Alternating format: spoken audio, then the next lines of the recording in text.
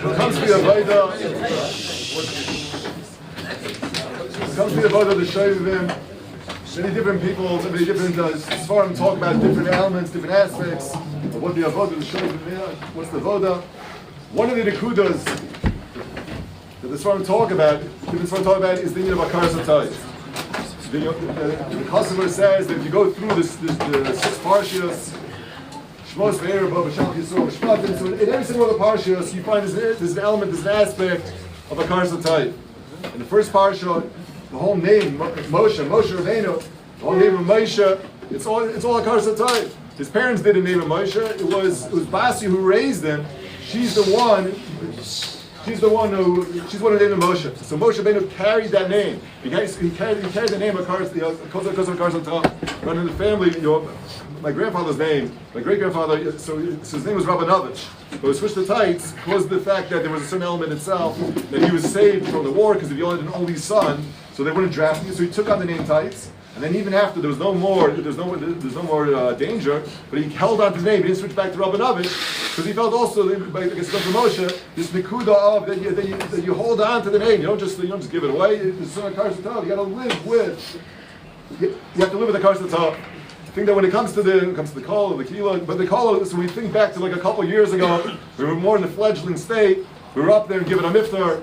I was learning together with Chaim Guri at the time. So over there, we were up there and giving a miftar, and there was a lot of we were going back and forth. It wasn't simple getting the Kollel off the ground properly. And Baruch Hashem was able to have a whole bunch of chashva conversations together with Rabbi Kalish that helped go ahead and give direction and help give it firmed up the Kollel at that point in time. So definitely a lot of what we're doing here, Second Seder, is credit to the phone calls, the conversations that I had together with the Rabbi Kalish.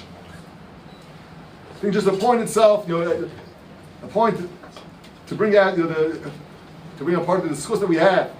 So there's a Gemara in Sanhedrin Daf Lamed. I was learning this morning with Yoni Herr. We were learning the Gemara in Sanhedrin Daf Lamed, where the Gemara says over there.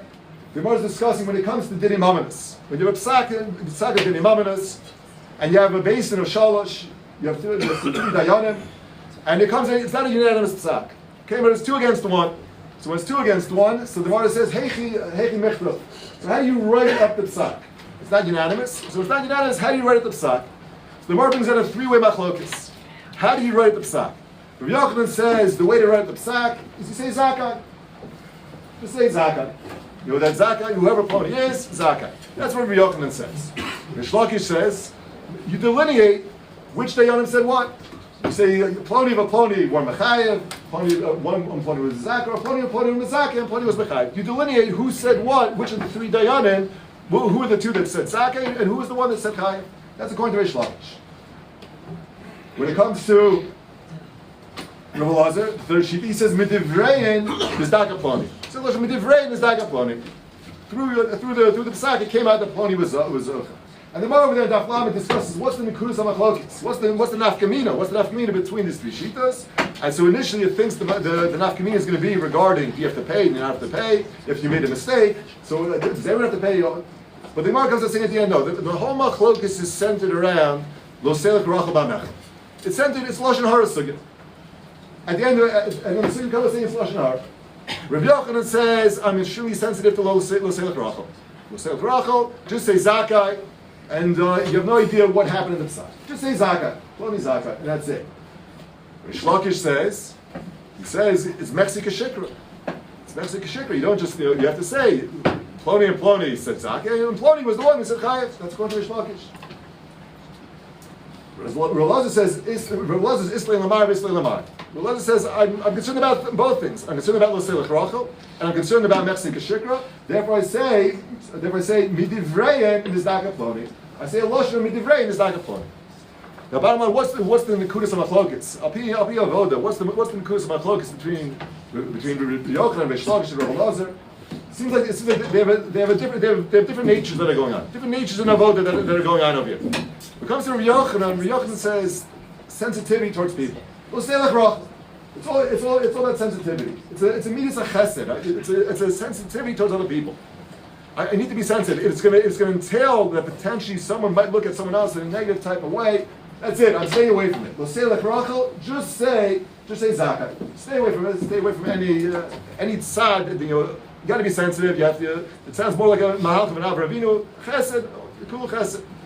Rish Lakish says it's Mexican shikra. You can't do that. Mexican shikra. This sounds more like a gvura. This Rish Lakish who has gvura, and that's the whole way Rish Lakish became Rish Lakish.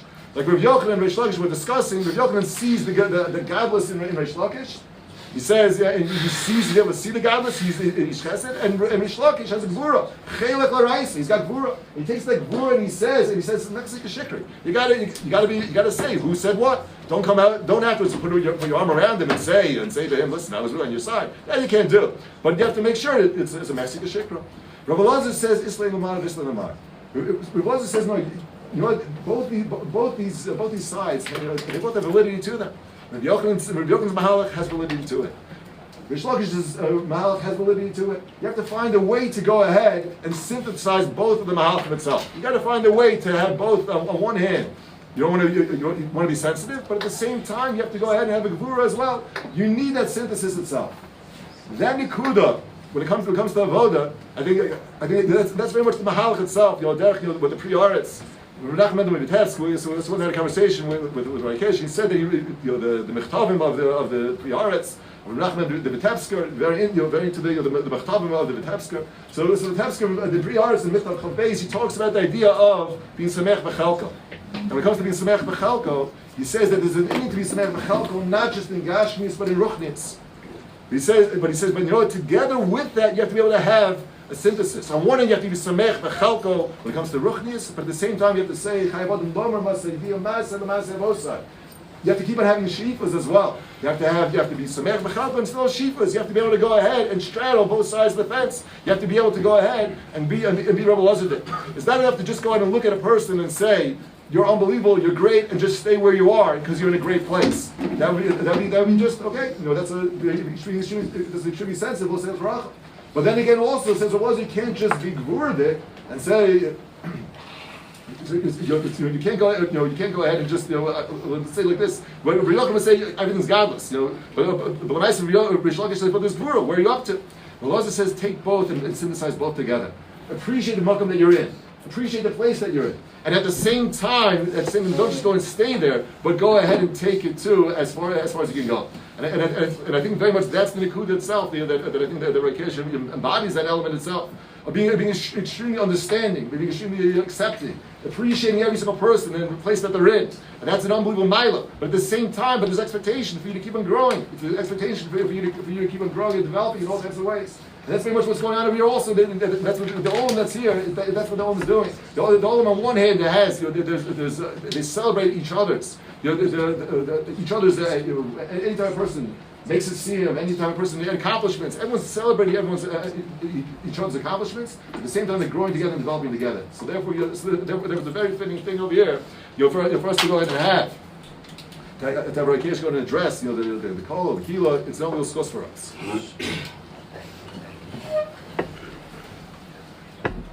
First of all, thank you to Reznick Shlita for his kind words, and the Dvar Torah is beautiful. The Pshat and the three Pshatim, beautiful.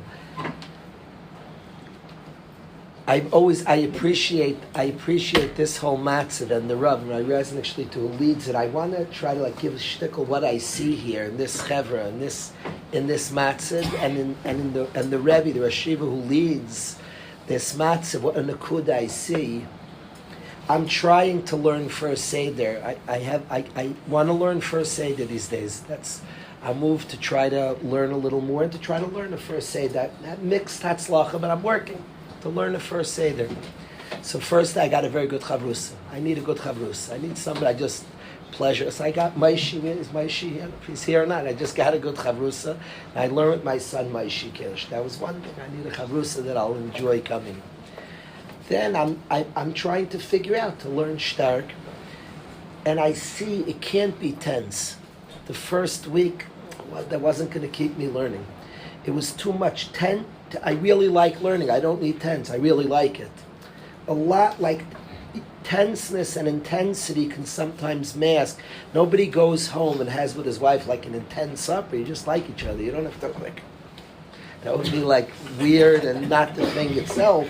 has to be calm and nice. It's just nice, like geschmack.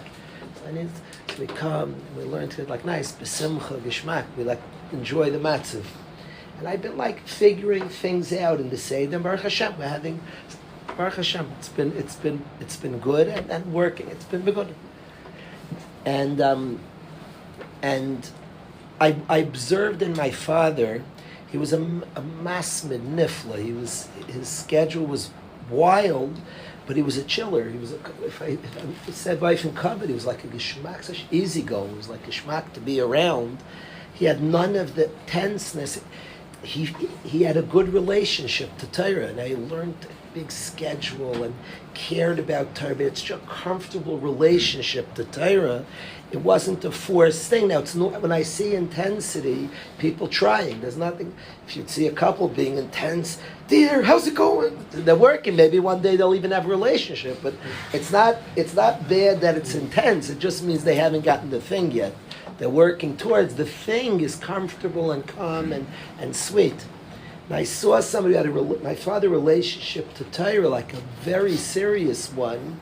It was like there was a calm, like sweet and geschmack. For somebody had a schedule and so into it, the relationship was very sophisticated, very developed with Torah.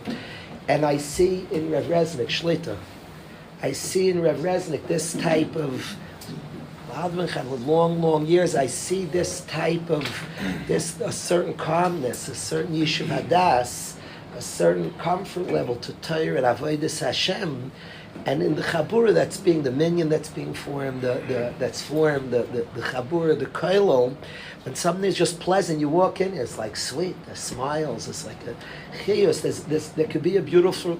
The relationship to Torah could be wonderful. And two chaverim sit down, study Torah with chiyus, with beauty. When it works, when I sit with my son and we learn, I'm just thinking, it's just so nice. It's just nice. And the chaver sits down and there's even pilpul chaverim and there's conversations in Torah. There's like a chiyus to it and a beauty and a simcha. So that the room, you can feel it here. I was zeicher to daven here on Shabbos, and I was zeicher to walk into the kollel. Even just to walk in, there's a buzz and a chiyus and a comfort. There's smiles here. When Mart like called out something, geschmack. It's comfortable. It's nice. I'll tell you something interesting. I'll tell the chaver something interesting. I went to a levaya recently. And the speaker spoke. It was a very sad matzah. The speaker spoke, and I wasn't pulled to it at all, like zero. It was funny, emotionally, I wasn't, and nobody in the crowd was. And I saw this. It was very sad. It's hard to speak at such an event. It was a sad event, but the speakers were trying hard to be sad. If you let go of this, if you don't express the joke, the smile, then you can't be. You're holding back stuff. Then you can't. If they would have even made a joke, it's normal. When my father's levaya, I made a joke because something funny came to my mind. You feel all different things. If you stifle this, you stifle it all. You're holding stuff back. Instead, you're like present to a thing with your ganzkeit, with everything. All parts are there. If you're there, the levayas that people are present. And a person even could say something even a little funny. And people, whoa, is that appropriate? But they're just present. At my father's shloshim, his friend Rabbi Kalish spoke. He had the room crying of laughter. And people like, is this? Like people weren't sure what happened. He said, and it couldn't have been prepared. Something happened, and he said a joke. The whole place, it was huge. People started laughing their heads off. Then there was like, is this the right? And then he gave a hesped I made from the best hesped I ever heard in my life. Crying. He was just present, so he had something funny to say. I'm not promoting say jokes at hespedim. I'm not trying. I am promoting to be present at things. When you learn Torah, we could show up. If you stifle different things, and then you just stifle. You don't show up to it. You show up to your thing with your type, with yourself. You could have like a geschmacka relationship. I saw in my tati had a beautiful relationship to Torah. It was comfortable. So he learned Yom Balayla, but you didn't feel tension. You wouldn't say he's intense. It was like so geschmack and easygoing. But then he was learning Yom Balayla. You breathe. I breathe. He learned. but had a beautiful relationship to Torah. So we should be Zaycha here. We should be Zaycha this Kollel, this shul, this matziv should be Zaycha. It's a beautiful thing being built here. Tremendous appreciation to the Rav, to Reznick, tremendous appreciation to Jan, who put so much and invests so much here. And the Chavish V'Zaycha, the Chavish V'Zaycha, a healthy relationship to Hashem and His Torah, a healthy relationship to Hashem and prayer. I'm trying, this Seder I have, I'm trying, my father's working with me, and he was very, very good with time, and time's hard with me. I'm working very hard to be on time for Shachris, and I found a minion that's just, I need a minion that's like just nice to be at. It's just a pleasant thing, Ishmak. I'll tell you something interesting. I'll tell you something very interesting. I made a decision before Rosh Hashanah that in yeshiva, I had it for myself. I'm not giving any fire-up shmooze. Rosh Hashanah's like real, no fire-ups, nothing. I'm just going to try like just to be present, just show up to whatever is Shmak. Like, stop trying so hard. It's here. It's like, there's something real. Just show up. Just be present to what is. So in yeshiva, we came in very, no fire-ups, nothing. It was like a Shmak. The davening went. It ended 5 o'clock in the afternoon. Davening 5. Shkia was like 5 foot. We had to have the sudu. It would have gone to 7. We could have gone to 7. I wanted to say why, because when you're not intense, you have much more koiches. People we were praying like very beautifully. It was like prayer. It was just like people were praying. It was like the tense. You can go like 20 minutes like that, but if it's not comfortable and delicious, you run.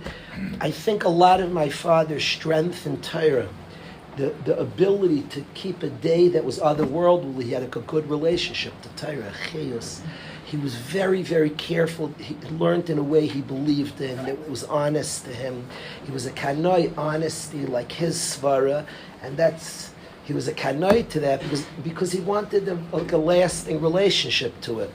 The person learns that b'makam shali b'chafetz in a way that he likes, in a comfortable way. You could like triple your output. Your energy becomes more. You could last long. We davened until 5. It was like nothing. Because it was so like comfortable, relaxed. It wasn't Kufa, a place that would be much more tense. The davening there, no. How much longer I can't survive? People geshmak. Nobody ever was comfortable geshmak. You have much more koiches. So I see a place. There's chiyus, there's smiles, there's koiches here. Accomplish a lot in Torah. It's right for big accomplishments in Torah. Hashem shvi v'zaka us all. Have a beautiful relationship with Him and His Torah. Hashem and His Torah, Hashem and His Tfilat Hashem. I wanted to share Taka, so we're learning in the mornings, we're learning Tfilas HaShachar, so I want to share something, a thought, and I want to say there's something that it means to me specifically now that I want to share with the Chevra. Rav Yaakov Hillel Goodman, a friend of many of ours, wrote a beautiful sefer on brachas, very beautiful sefer, and he did something I like a lot and I get nervous about. The Rebbe, the Lubavitcher Rebbe, does a lot. I like it and I get very nervous. All the shitasas get me very nervous.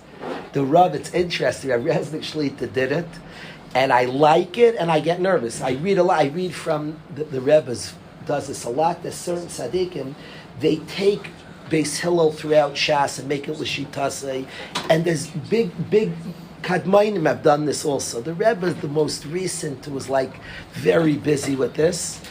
I get nervous from it because in making l'shitasei is always dangerous. If you try and just emes, like truth, you could stretch and push and tug, and then is that l'shitasei? Like I get nervous, but I also enjoy it. It's so geschmack, and there's probably a lot of truth there. It's a complicated thing to make l'shitaseis. First, you have to learn something for itself, but there's such an inyan.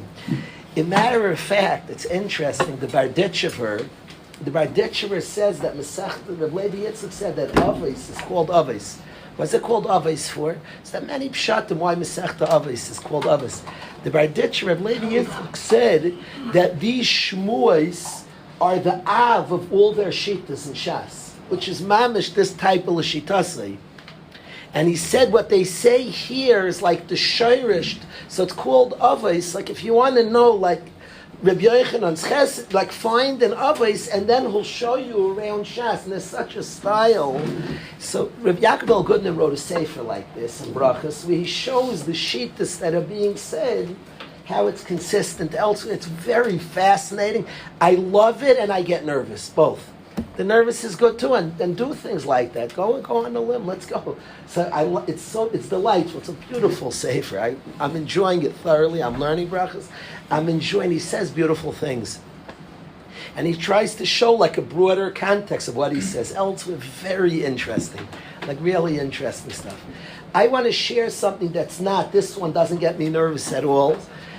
You'll hear that it doesn't fit this. I'm just giving the context of where the sefer is coming from. This one is not like. There's a Gemara in Sukkah. Rabbi Eliezer says a statement that like is a little shocking. Rabbi Eliezer says that in his life, Lo yamarti davar shlo yishamar mipi Rabbi. I never said anything I didn't hear from my Rebbe. That's a shocking statement. They bring from Pirkei Rabbi Eliezer where he said things like shamam that nobody ever said. And here he says, I never said anything I didn't hear from my Rebbe.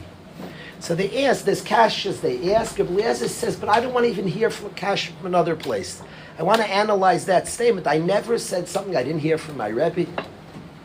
So of course the standard teretz, I don't mind that it's standard, but is it the full pshat? There's something chaser. The standard thing is everything he said had its root in what his Rebbe taught him. It was from the way his Rebbe gave him. I don't love it because then how do you weigh that and decide? Nobody could figure out. Nobody can untangle. You can't say or not say. And maybe Rabbi Eliezer's on the Madreg. He could figure it out. Of course, if somebody learns from a Rebbe, you can't. How are you measuring your brain? If somebody gets something from a Rebbe, they plug in. Of course, it affects their whole life. Of course, it affects their whole, who could I say in my own life what things come from my Rebbe? It's not a figure out, so then to say a statement, I never said anything I didn't get, that I didn't hear from my Rebbe, and he means, had its root, everything's good. If you learn Torah with somebody, if you learn, then it has big shrushim to everything. What's he saying? I never said anything I didn't hear from my Rebbe. So it needs a pshat, it needs a pshat, what's being said. It's very cool that the same Rebbe Eliezer, it's the same Rebbe Eliezer who says it in Sukkah. And in Brachas, Rebbe Eliezer says, it's a Bryce, and Rebbe Eliezer Omer, and he says 4 things cause the Shechina shetisalik me Yisrael. It causes this goyim the Shechina shetisalik me Yisrael. One of the 4 things is a Omer davar shlo yishama mipi Rabbi. If you say something, the same Rabbi Eliezer says this, that he says, I never said that in Yom Rabbi. Here he says, Ha'aymer davar shlo yishama mipi Rabbi is goyim l'shchinat shsalak me Yisrael. If you say something you didn't hear from your Rebbe, you cause the Shechina to leave. So here for sure can't be that pshat, that what he said has its roots, because he's saying you're not allowed to say something shlo yishama mipi Rabbi. So how do you decide? Whatever you're saying, you can say, because of what my Rebbe gave me. What's he mean here? He says, "Ha'omer davar shlo yishama mipi Rabbi causes the Shechina shetisalik me Yisrael." And obviously, the same Rebbe Eliezer, when he said "Me'olam," I never said anything shlo yishama mipi Rabbi. He means the same Rebbe Eliezer. So the Rishonim speak out. The Rambam says pshat. The Rambam says pshat. Ha'omer davar shlo yishama mipi Rabbi causes the Shechina shetisalik me Yisrael.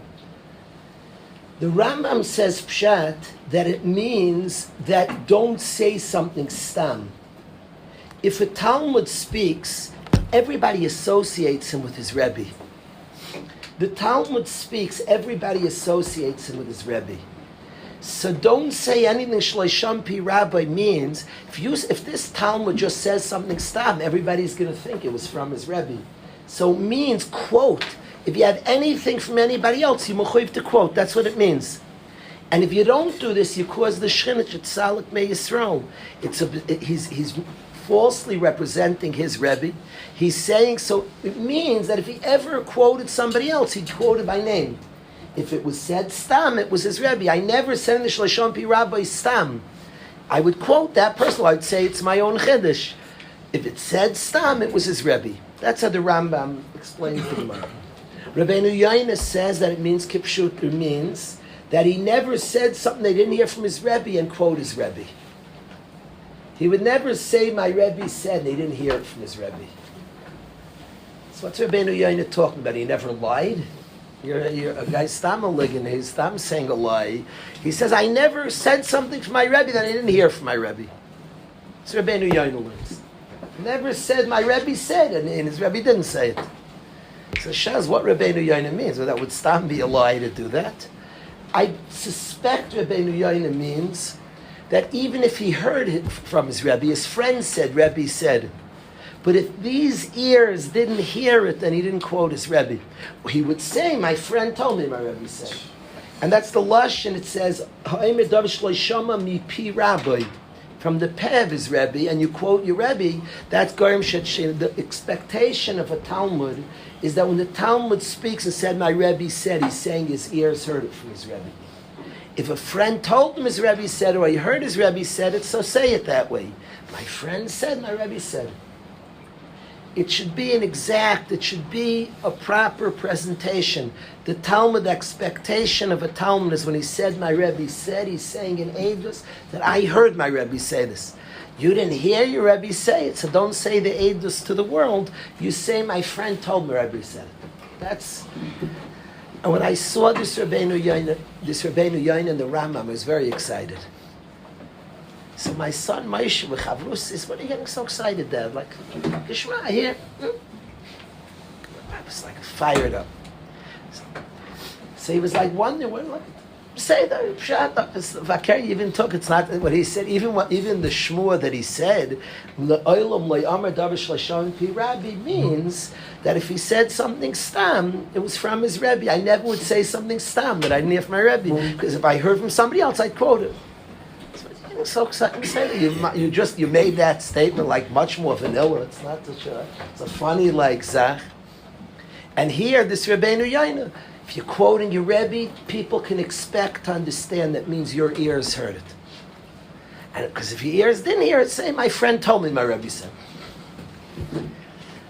What gets me very excited and what's important to me and what I'm thinking about is to all of us, raising mishpachas, all of us, in our own homes, are bringing a legacy of Torah. We're bringing a world of Torah to our homes. I think to myself, my own children have from their Zayda, they have like a legacy of Hanhaga, of a life. They have like a world of an order of what's right, of what's important. Like mamish, a legacy. My father taught us things. Somebody if somebody made jokes and made Yidden happy, it was like a big tzaddik in my home. That was like a very high, a learner of Torah was any. Chassidish, Litvish, Sfaradash, Ravad Yosef who spoke Kavod Torah, Gadol, Tzaddikim, Loim de Torah, any Loim de Torah is a Talmud Chacham, any Kol Tvutzes Yisrael. The Yid, it didn't matter, put a label, Mizrachi, Sfaradash, all these things are silly. He learns Torah. A distant cousin came to Shiva. I said, I know about your Sefer on Tosefta. My father told me he learns Torah. He wrote a Sefer on Tosefta. Somebody learns Torah was a value. Somebody makes Yidden happy. Singers were very respected. They make Yidden happy. Somebody's a singer was Rav Lipa Schmeltz in my home. He sings. He makes Yidden happy. Big stuff. Big. That was like in the home. Big stuff. He makes people happy. To the point, I grew up, Lipa Schmeltz came to Sulam to make the Chevra happy. And my father was next to me, and he spoke before he sang. And he said, if you have a tain on people, you should be meichel them. So my father turned to me and he said, I have a tain on somebody. Rav Lipa said to be meichel, I'm going to be meichel them. Told me I'm going to be meichel, I'm going to work it out. At Shiva, a Yid came, he said, I'm good friends with your father. And he said, I'll tell you what happened. The guy said, you may find this interesting. Your father called me and we schmoozed and everything. And he told me that Rav Lipa told him to be Michael. I sat next to my father when and this guy came. He sings for Yidden. He makes Yidden happy. There was a value. There was like a big zach.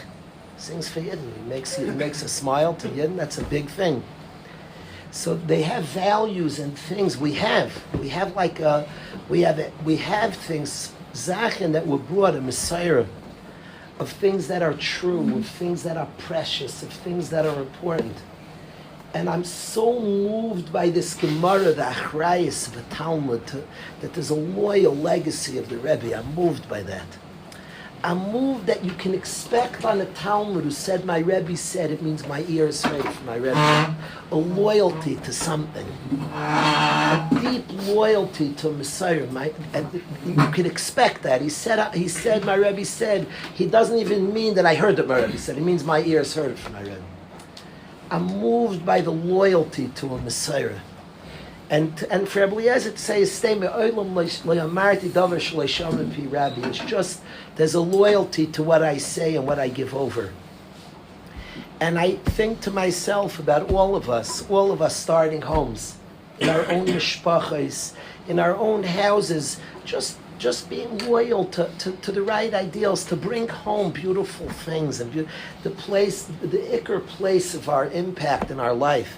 The main place that's mutal on us, our wives, our children, the chayayim tluyim aleinu, that we can bring home beautiful things, beautiful seder advarim of what's precious, of what's important, of what's celebrated, of what's valued.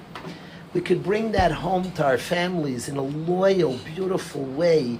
The achrayus, what we could bring home and what we can hand. And of course, it's hard. It's hard that everybody lets their guard down at home. But but at least to think about this beautiful possibility that we can bring a legacy to our mishpachas of what's precious, of what's important, of what counts. And this loyalty, Rabbi Eliezer, again, do we have, this is a Rebbe Muvak he's talking. I don't know if we all have a Rebbe Muvak. We all have our own sugyas in the Rebbe sugya. I'm not really coming to speak about that. What hit me, I don't know, even in the Rebbe sugya, my father's my Rebbe, I have Rebbeim. I don't know if we have like a Rebbe like this. I'm not even what's hitting me. And that's certainly, if somebody's a Talmud of a big Rebbe, there's a sugya of that. That's a sugya, but it's not what's hitting me. What's hitting me is the loyalty to Messiah, the expectation of a Talmud, but the expectation, what the possibility of a Yid, that he could be loyal to what he was taught, to what he learned, and consistent with it. And I think about my own father, what he brought at home. There was a loyalty to Torah, a loyalty to Hashem that was consistent. There were values brought home, beautiful values that were lived by, that were kept, that was celebrated, that was such loyalty to something it's beautiful. And for children, grandchildren, to then have a Messiah on serious things. It's interesting, a lot of Avelus is minhag. That's making me crazy. So I would just call him, how do you know you're minhag? I have no idea. And I don't even know how it works. It's almost something, I'll be honest, it sounds like cruel. And Avelus is all minhagim. So should you call? How does that work, my father? It's vild. It's all minhagim. So how do you find your minhag when you're mourning your father's departure? It's very difficult. And most overwhelming is minhagim. So I'm trying to think that there's a minhag not to visit your father the first year. Such a minhag. So is that my minhag? I have no idea. It's my minhag. I'd love to call my father. Is that our minhag? So I said the only option is let me think, and I was thinking my father saying, Shaita, you didn't come see me. I went straight to the airport to his cafe. You didn't come see me, Daniel? Serious? You didn't come see me? So then my minhag is to go. That's my minhag. What can I tell you? As far as I looked into the reason not to go, and I was careful with things, I found that what the reason for the minhag not to go. But there's something called minhagim and anhaga. I spoke to my father about minhagim. We had conversations about minhagim. Said on paskin minhagim. It's a complicated field when you talk. People even come to ask shaylas to a rav about them. It's a complicated sugya when you talk about halachas. Halachim and minhagim are huge. Minig Yisrael's kodesh. I'm not trying to be. If I knew my minig wasn't to visit, I just can't figure it out. An avelus is very complex. An overwhelming amount is minhagim. And there are ways. I'm not coming. There are community minhagim. So you have to find out first. If that's the minhag hamakim that's very big, your family, is there such a thing called family minhagim? You have to figure out. I'm not in any way, there's something called minhagim. Minhagim, in some ways, minhagim break halacha. My father always taught me the gra, that minhag breaks a din often. I should often, but it breaks a din. Minhagim are big, are very, very big stuff, minhagim. And to find out minhagim, I'm not chas v'shalom in any way pushing minhagim.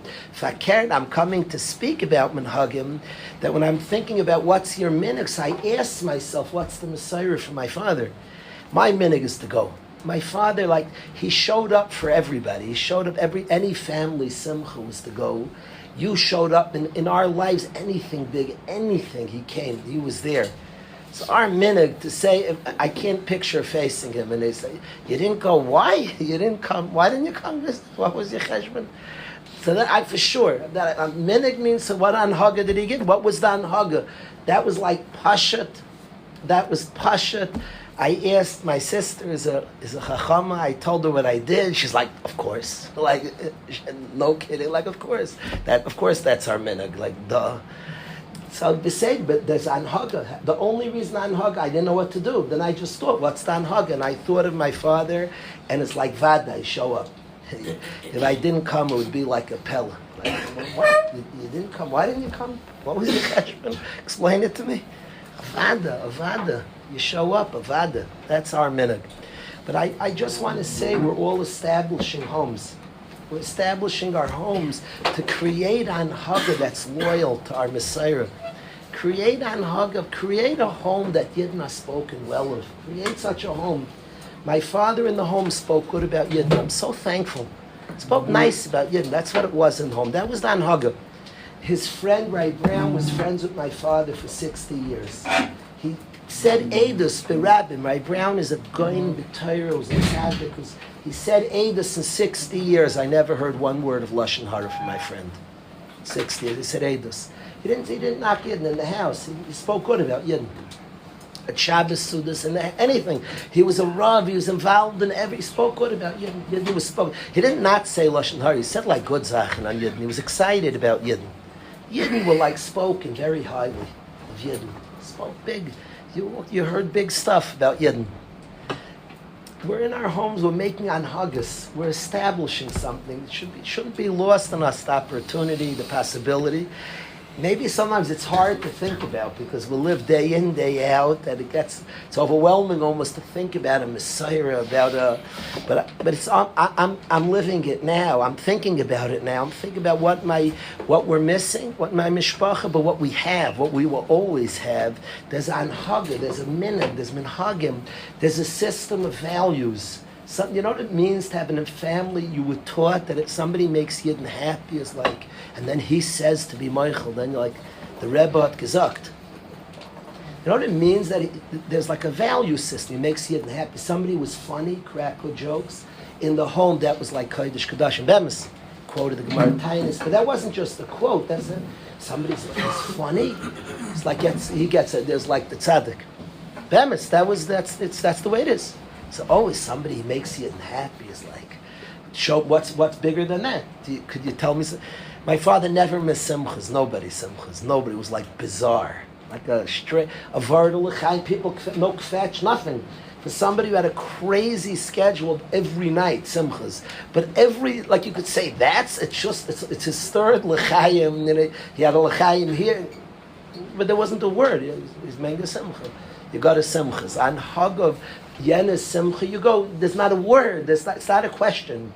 People wrote so many letters to us. It was always he came, and we know he went to They just went to simchas, but b'simcha rabba, and traveled. No question the distance, the amount. We clear and question and mifalpel. For a yid who was very busy, somebody simchas end of the story. So the yid's making a simcha. What are you misamech with yidin? That's like passion. It's not a question. So then on Haggis we can bring in a mishpacha, Torah ones that we have a rich Messiah of Yiddishkeit, loyally and with loyalty, with consistency, with thought. We could bring something beautiful to our homes. Han Haggis of speaking good about Yidden. Han Haggis of being Misameach Yidden. Hanhagas of caring about our people. Our people matter. Our people are spoken good about. Our people are he saw a soldier, he's protecting our people. A soldier, no, it wasn't like a thing, wasn't sometimes he said like, this wasn't, sometimes we want a teaching moment to our children, kids. They weren't teaching moments. He wasn't like that. It wasn't like, kids, he's a soldier. It wasn't that way. It was like consistent. He's protecting Am Yisrael. That's anhagas that were minhagim that were like deep. They were part of family life. So I say as we're constructing ourselves, and it's certainly something maybe day in day out. It's hard to always think big picture. But Lamaisa, we're establishing homes. We have the possibility to build homes on like cool ideals that are like meaningful and matter. We'll have Bezas Hashem, we'll have Einekluch and Ir Einekluch. And we sometimes there's a reason, I'm in a reason to think bigger picture. And we could think about establishing an Haga that's loyal to a Messiah. That there's an Eidos, we're saying, each of us in our own homes are saying, and it could be expected, the Eidos is like, you could take it to the bank. We're about something, we stand for things, and these anhagas are deeply in us. There are times we could think about those anhagas, what we've acquired, what we've learned in the Torah, and make them part of just who we are and what we are. And it won't be teaching moments to our kids. It's much deeper than one saying to your kid and saying to you, who made it? My father. Hakaras HaTov to Hashem, he was always so appreciative of everything. Like, gratitude was a huge, that was life itself, was gratitude that you appreciate. There wasn't a toll booth we ever went by ever that my father didn't thank the guy for picking up the toll ever. There was there was no such thing. He appreciated gratitude. He said Reb Chaim, that's what he spoke about, and the house was like built on gratitude. Appreciation to his wife for cooking a meal was full. He sang the song, thank you very much. But it wasn't just he sang it. He was appreciating, really appreciated a lot. A gratitude, a presentness to things that were going on around. Gratitude was like that. It was a basic anhaga that was like there, and to just be appreciative to things, like very, very appreciative to all different things. So they're anhagas we could loyally put in our homes. That's what hit me to this Gemara. There's anhaga of a Talmud to a Rebbe, but all of us have a Messiah that we could be loyal to, and it could be expected by others around us that they see somebody saying a loyal edus. We're all atem edeh. Hashem says the pasuk in Yeshaya. Hashem says about Am Yisrael that we're called edai. We're called the edus of Hashem. We're edim. All of us are edim. All of us are Edom. The very Shabbos that we keep is an Edus. We're all Edom, Atem Edai. We're the Edom of Hashem. We have a rich and beautiful Messiah that's valuable, that's precious. The opportunity in our lives to be loyal to it. The Rebbeinu Hashem should give us all. Siyata D'Shmaya, every single one of us, to have a loyalty to Hashem, a loyalty to His Torah, and to bring that to our mishpachas. Arya, we could sing something here. I don't look at it like nobody should be insulted if we're all 93. I'm singing for me. In yeshiva, like guys come back. On Friday nights, I give out grape juice. A guy could be like 60, he's like a goyin b'Torah. His mati dahan comes up for a grape juice. It doesn't matter to me. Yeah. In my shul, I once sang on a Friday night, and a guy said it was early. Today he wouldn't say. He said, "You're treating us like babies." To me, I'm a Levi. My father was very into music. We sang, I don't know, my father was, at the end we were singing with him. That's what we would do. I don't know, to me, like singing, it's only become more and more important to me personally. Zmiris, a good zemer, a good song, a varma song is more. If we could say Kirvas Elikim L'Tov, that second key you did last night was good for us all.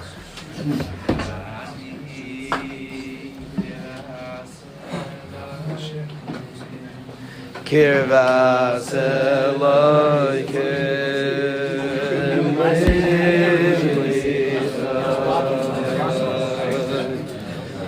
Vane Kirvas Elvada. I should have asked this to start it. Kirvas Elokim. I was hiding him. Vane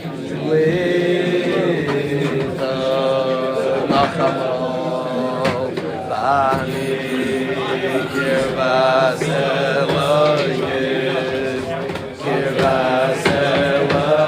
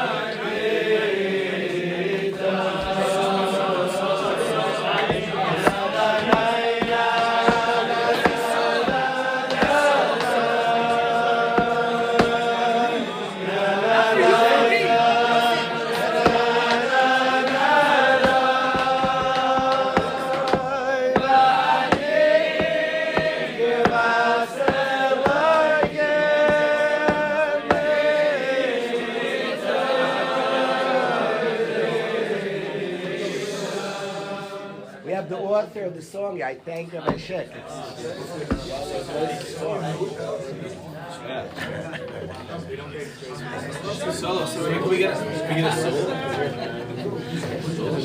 I want to sing the tune. My father used to sing every week. He sang, thank you very much. It came from Dr. Eilenberg, but I like the tune a lot. The tune people use for Shabbos songs.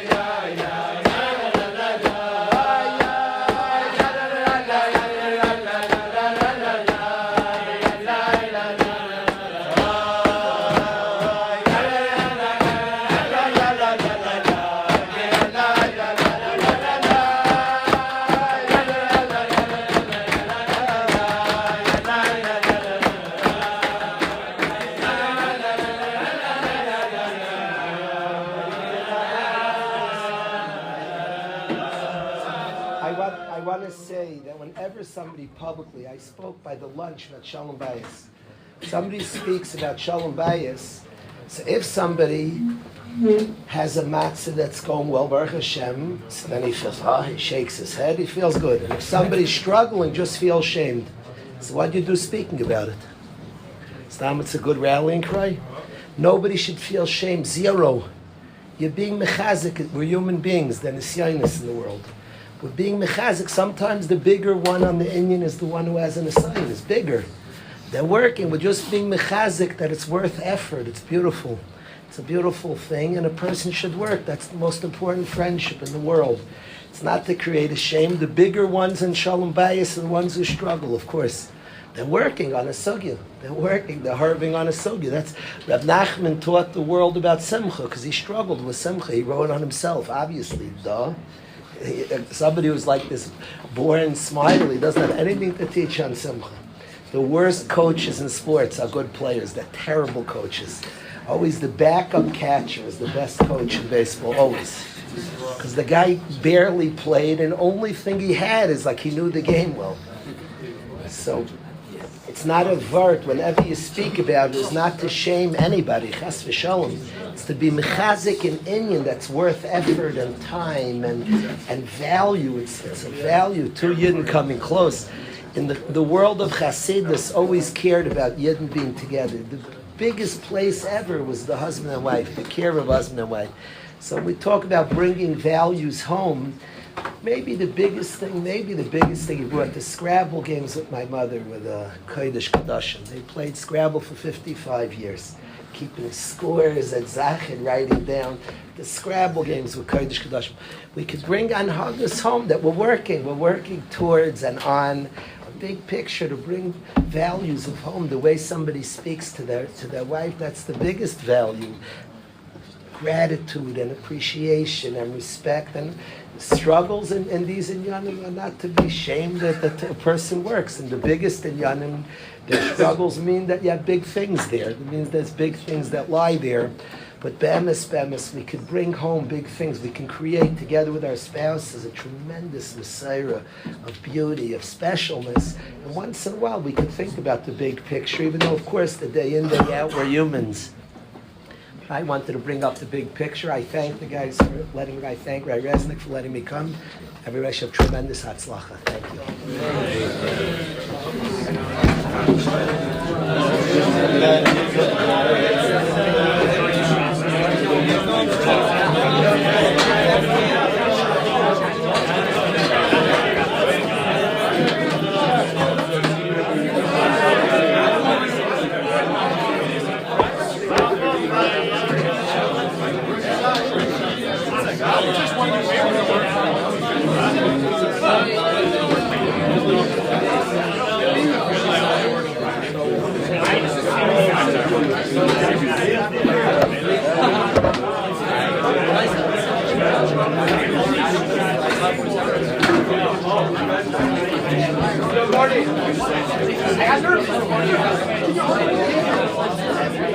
Don't tell me I'm waiting.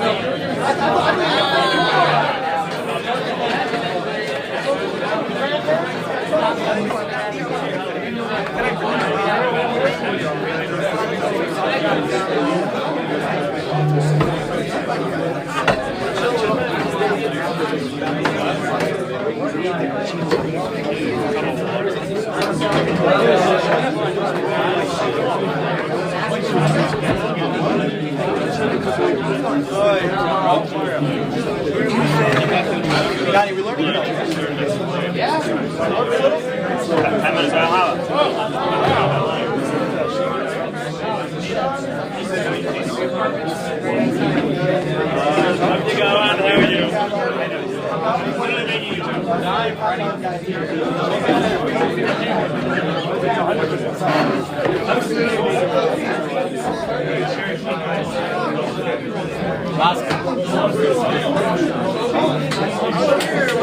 Ozzy, where's the vodka? Honestly, I can't wait for him to make chill tonight. I have morning call in the morning. It's the worst show, waking up Friday morning for those nasty. Yeah. What time's your morning call? 7:25? 7:30. I think we have morning call here now. So. Friday over there at 7:30. I'm worrying about tomorrow. We're about tonight. What? We're about tonight. I hear that. It's a good call. 7 o'clock. 7 I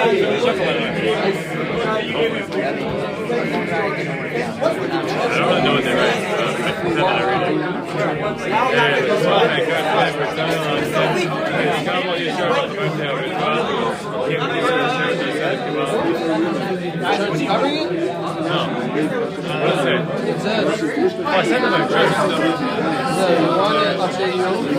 Receive, sure, I'll give it 2 up.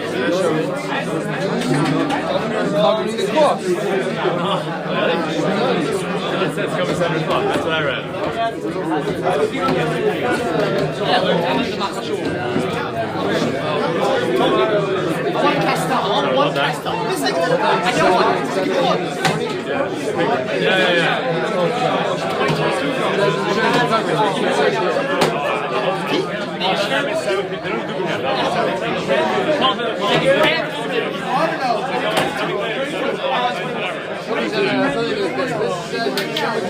Receive the short session.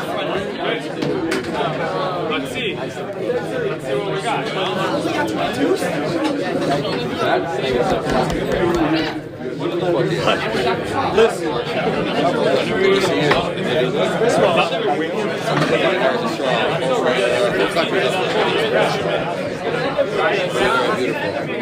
Sonny, I don't think we've ever been here together. Send our regards. Need anything? Yeah, we're here. I'll be here.